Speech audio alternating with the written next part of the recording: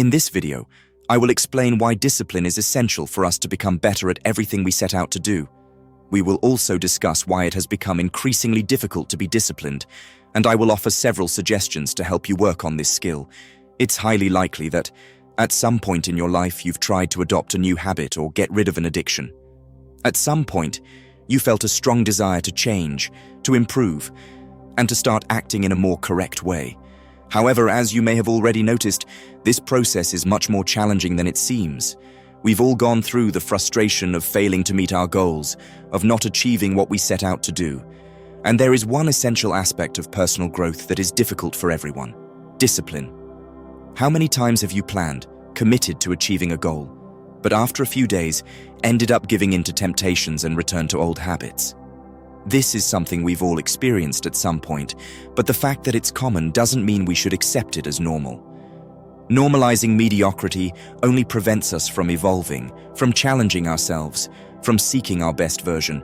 If you can't change your habits, overcome your addictions, or achieve what you desire, it's likely that you're lacking discipline. Discipline is the ability to resist immediate desires, the temptation to procrastinate, and it is essential to change our habits.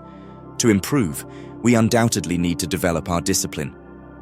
It is simply the ability to do what needs to be done at the right time, even when we don't feel like doing it. The ancient philosophers taught us the importance of self-control, responsibility, and objectivity. These principles help us live virtuously, leading a fuller and happier life. And to live virtuously, the most basic and powerful tool we can have is discipline. It gives us freedom because it empowers us to make conscious choices. In today's world, many people become slaves to their own desires. Those who live at the mercy of their impulses do not realize that they are, in fact, not free. They think they are because they do whatever they want, but being free is not simply doing whatever we wish all the time. True freedom is the ability to choose what is right, to act responsibly when necessary, and to enjoy leisure only after fulfilling our obligations. It may seem that the person who lives irresponsibly and lazily is freer, but in reality, they are a slave to their own lack of discipline. They don't have the power of choice. On the other hand, the person who dedicates themselves, wakes up early, and fulfills their responsibilities has the power of choice. They can choose to be lazy or responsible. Every day they have that option, and true freedom is knowing how to choose to act responsibly, even when the temptation of comfort is strong. The disciplined person is truly free because they are able to make wiser choices, while the lazy person remains trapped in their own comfort zone, believing they are happier or freer. Now that we understand that discipline gives us more freedom, it is important to know what it really means to be disciplined. To achieve any goal, whether it's losing weight, starting a business, becoming a great athlete, or a musician, you need to work toward that goal. However, this work must be continuous. It cannot be something occasional. It's not enough to make an effort for just one day. A constant effort is required, one that demands overcoming momentary impulses. And this ability to resist temptation is discipline.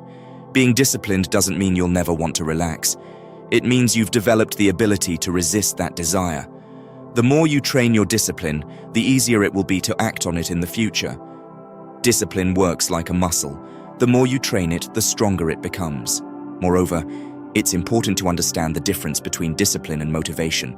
Motivation is a great source of energy to start something, but it's fleeting. One day you wake up full of motivation, but the next day it may simply disappear. A person who relies solely on motivation will never be able to achieve their goals because, as we've seen, continuous effort is required, not just for a few days. Discipline, on the other hand, goes beyond motivation. It takes over when motivation disappears and keeps us moving, even on days when we're not so motivated. Do you think a top-level athlete is always motivated to train? Or that a successful writer is always inspired to write?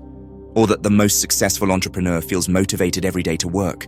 We all feel the urge to relax, to give up on our goals, but the difference between those who achieve great results and those who fall behind is the ability to overcome that momentary desire. Discipline is what allows people to not give up in the face of difficulties and to move forward, even without motivation. So why has it become more and more difficult to maintain discipline these days? The reason is that life is becoming easier. In the past, when our survival was at risk, there was no room for procrastination. It was necessary to fulfill our obligations to ensure our very existence. However, nowadays, we have many more distractions and temptations around us, making it harder to resist momentary impulses. In addition, an easier life also offers fewer opportunities to develop discipline. As I've mentioned, discipline needs to be exercised like a muscle, but in the modern world, it is no longer necessary to be disciplined for survival. We have all services at the touch of a button. Amazon delivers our purchases in 24 hours. Netflix lets us watch anything at any time, and social media gives us constant doses of dopamine. Instant gratification is becoming an obstacle to developing discipline because we are becoming more impatient and finding it harder to keep our attention focused on the long term. There is a quote from Seneca that I really like, which reflects this issue well. There is no man more unhappy than the one who, having the ease, has no opportunity to be tested.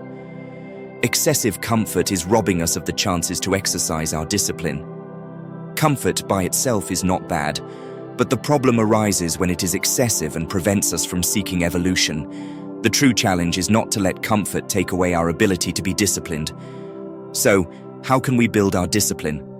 The first step is to find a purpose.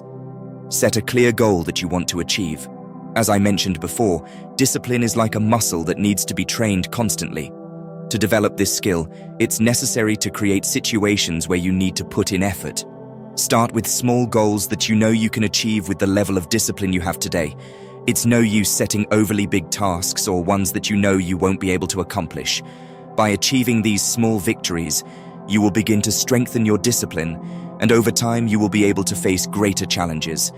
Achieving these small goals will help build your discipline gradually, and over time, you will be able to take on more complex challenges. I hope this video has been useful for you to understand the importance of discipline, and that with these reflections, you can become more disciplined or at least be inspired to improve. I'll leave you with a quote from Aristotle for reflection. We are what we repeatedly do. Excellence then is not an act but a habit. Until next time.